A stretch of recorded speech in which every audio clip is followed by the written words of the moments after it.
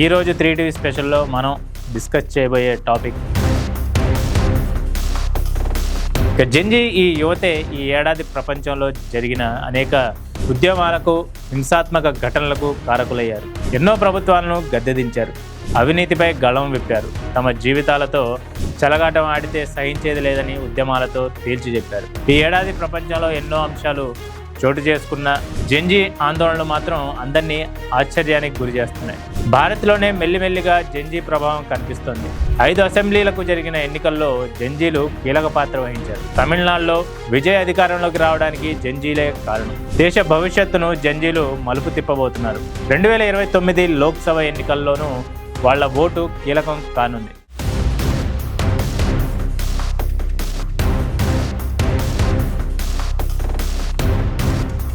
Online ప్రపంచంలో పెరిగి అభివృద్ధిలో కీలకంగా ఉన్న జెన్జీ యువత ఈ ఏడాది తమ ఆవేశాన్ని వీధుల్లోకి తెచ్చారు. ప్రపంచవ్యాప్తంగా అవినీతికి వ్యతిరేకంగా ఉద్యమాలు చేశారు. జెన్జీ చేపట్టిన నిరసనలు పలు దేశాల్లోని ప్రభుత్వాలను గద్దెదింపాయి. ఇంతకుముందు ఎన్నడూ జరగని రీతిలో ప్రభుత్వాలను యువత ప్రశ్నిస్తోంది. నేపాల్, మెక్సికో, మడగాస్కర్, మొరాకో వంటి దేశాల్లో చెలరేగిన జెన్జీ ఆందోళనలు ఆయా దేశాల వ్యవస్థలో మార్పులు తీసుకురావాల్సిన అవసరాన్ని తెలియజేస్తున్నాయి.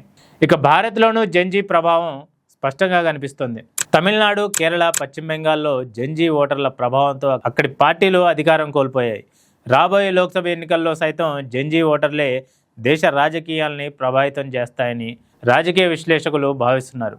ముఖ్యంగా జెన్జీ అని పిలిచే 1997 నుంచి 2012 మధ్యలో పుట్టిన యువత దేశ రాజకీయ భవిష్యత్తును నిర్ణయించే స్థాయికి చేరుకుంది. పలు దేశాల్లో నిరసనలు, పోరాటాలతో ప్రభుత్వాలను గద్దెదించిన చరిత్ర ఉన్న ఈ తరం ఇప్పుడు భారత్లో ఎలాంటి ప్రకంపనలు సృష్టించబోతోంది?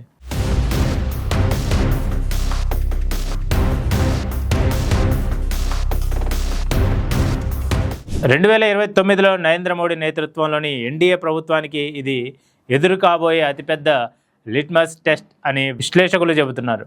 భారత రాజకీయాల్లో దాదాపు 12 ఏళ్ల క్రితం ఒక భారీ నాయకత్వ మార్పు జరిగింది. 2014లో నరేంద్ర మోడీ అధికారంలోకి రావడానికి అప్పట్లో మిలేనియల్స్ ప్రధాన కారణం అని చెప్పాలి. అప్పట్లో వారు యూపీఏ పాలనలోని కుంభకోణాలతో విసిగిపోయి మార్పు కోసం మోడీకి పట్టం కట్టారు. 2014లో 3వ వంతుగా ఉన్న ఈ ఓటర్లు 2019 నాటికి 40% పెరిగి మోడీకి అఖండ మెజారిటీని అందించారు. కానీ 2024 ఎన్నికల నుంచి సీన్ మారుతూ వచ్చింది. 2024లో సుమారు 9 కోట్ల మంది జెన్జీ ఓటర్లు మొదటిసారి తమ ఓటు హక్కును వినియోగించుకున్నారు. వీరి ప్రభావం వల్లనే ఎన్డీఏ మూడోసారి అధికారంలోకి వచ్చిన గతంలో పోలిస్తే మెజారిటీ తగ్గడాన్ని మనం గమనించవచ్చు. ఇక 2029 నాటికి భారత జనాభా 151 కోట్లకు చేరుతోందని అంచనా. పీడబ్ల్యూసీ నివేదిక ప్రకారం అప్పటికి మిలీనియల్స్, జెన్జీలు కలిసి 91 కోట్లకు చేరుకుంటారు. ఇందులో జెన్జీ తరం వారే దాదాపు 43 నుంచి 47% ఓటర్లుగా ఉండబోతున్నారు. అంటే రేపు దేశ ప్రధాని ఎవరో నిర్ణయించేది ఈ డిజిటల్ నేటివ్స్ మాత్రమే అని చెప్పాలి.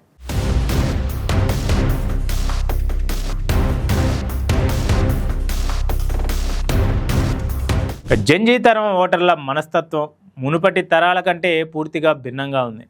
వీరు కళ్ళు తెరిచినప్పటి నుంచి మోడీ పాలనను మాత్రమే చూస్తూ పెరిగారు.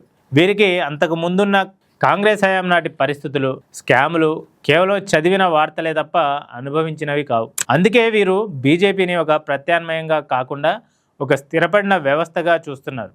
వ్యవస్థలో లోపాలు కనిపిస్తే ప్రశ్నించే తత్వమే ఈ తరం బలం అని చెప్పక తప్పదు. వీరికి పార్టీల పట్ల గుడ్డి భక్తి ఉండదు. వీరు కోరుకునేది కేవలం ఫలితాలు. జెన్జీ ఓటర్లు కేవలం భావోద్వేగాలతో ఓటు వేసేవారు కాదు. వీరు డేటాను చూస్తారు, తమ జేబులను చూసుకుంటారు. పలు నివేదికలు ఈ తరం ఎదుర్కొంటున్న సమస్యలను స్పష్టం చేస్తున్నాయి.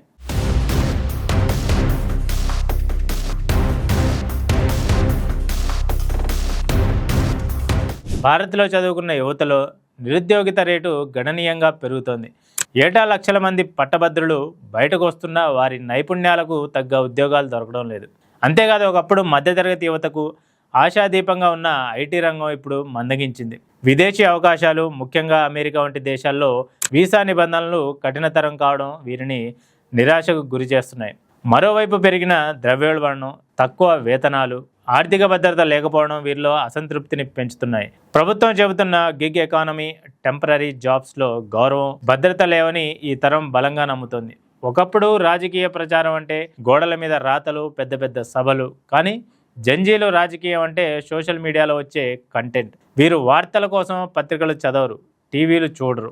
Instagram reels, YouTube shorts, X ద్వారానే రాజకీయ అవగాహన పొందుతుంటారు. సోషల్ మీడియాలో ఒకే అంశాన్ని 10 కోణాల్లో చర్చించే అవకాశం ఉండడంతో ప్రభుత్వాలు ఇచ్చే ప్రకటనల కంటే గ్రౌండ్ లెవెల్ వాస్తవాలకే వీరు ప్రాధాన్యత ఇస్తున్నారు. రాజకీయ నాయకుల కంటే తమకు నచ్చిన యూట్యూబర్లు లేదా ఇన్ఫ్లుయెన్సర్లు చేసే విశ్లేషణలనే వీరు ఎక్కువగా నమ్ముతున్నారు. ఇది పార్టీల కంట్రోల్లో లేని ప్లాట్ఫామ్ కావడంతో అధికార పక్షానికి ఇది ఒక సవాలుగా మారింది. పట్టణ ప్రాంతాల్లోని జంజీ ఓటర్లు పర్ఫార్మెన్స్ డ్రివెన్ పాలిటిక్స్ను కోరుకుంటున్నారు. అంటే రోడ్లు బాగున్నాయా, డిజిటల్ పేమెంట్స్ అవుతున్నాయా వంటి సౌకర్యాలను చూసి గతంలో ఓటు వేశారు. కేవలం సౌకర్యాలు ఉంటే సరిపోదు, తమ వ్యక్తిగత ఎదుగుదల కూడా ఉండాలని ఈ తరం భావిస్తోంది. దేశం అభివృద్ధి చెందుతోంది సరే, నా జీతం ఎందుకు పెరగడం లేదు, నాకు సొంత ఇల్లు ఎప్పుడు వస్తుంది అనే ప్రశ్నలే 2029లో ఓటును డిసైడ్ చేయబోతున్నాయి. వచ్చే ఎన్నికల్లో బీజేపీ వర్సెస్ కాంగ్రెస్ అనే పోలిక కంటే మాకు మంచి చేసింది ఎవరు అనే ప్రశ్నకే ప్రాధాన్యత ఉంటుంది. జంజీ ఓటు గతం మీద ఆధారపడి ఉండదు, అది కేవలం భవిష్యత్తు భరోసా మీద ఆధారపడి ఉంటుంది.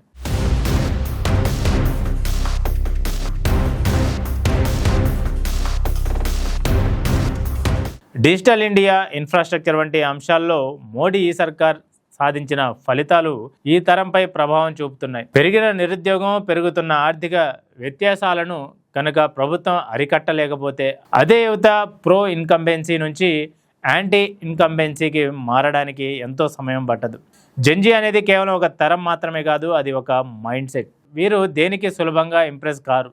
సహజీవనం నుంచి కెరీర్ వరకు దేన్నైనా త్వరగా వదులుకోగల లక్షణం ఉన్న వీరు రాజకీయ పార్టీల విషయంలో కూడా అంతే కఠినంగా ఉంటారు. 2029 నాటికి మోడీ సర్కార్ తన పనితీరును నిరూపించుకోవడానికి ఇంకా 3 ఏళ్ల సమయం ఉంది. ఒకవేళ ఈ తరం ఆశించిన విధంగా ఉద్యోగాలు, ఆర్థిక భద్రత కల్పించగలిగితే మోడీ హ్యాట్రిక్ రికార్డును మించి దూసుకుపోతారు.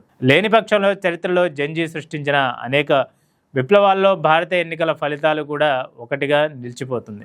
కాబట్టి 2029 రాజకీయం కేవలం నినాదాల మీద కాదు, నికరమైన ఫలితాల మీద నడవబోతోందని చెప్పాలి. సో ఇది ఇవాల్టి 3TV special story. So this is Riyaz signing off.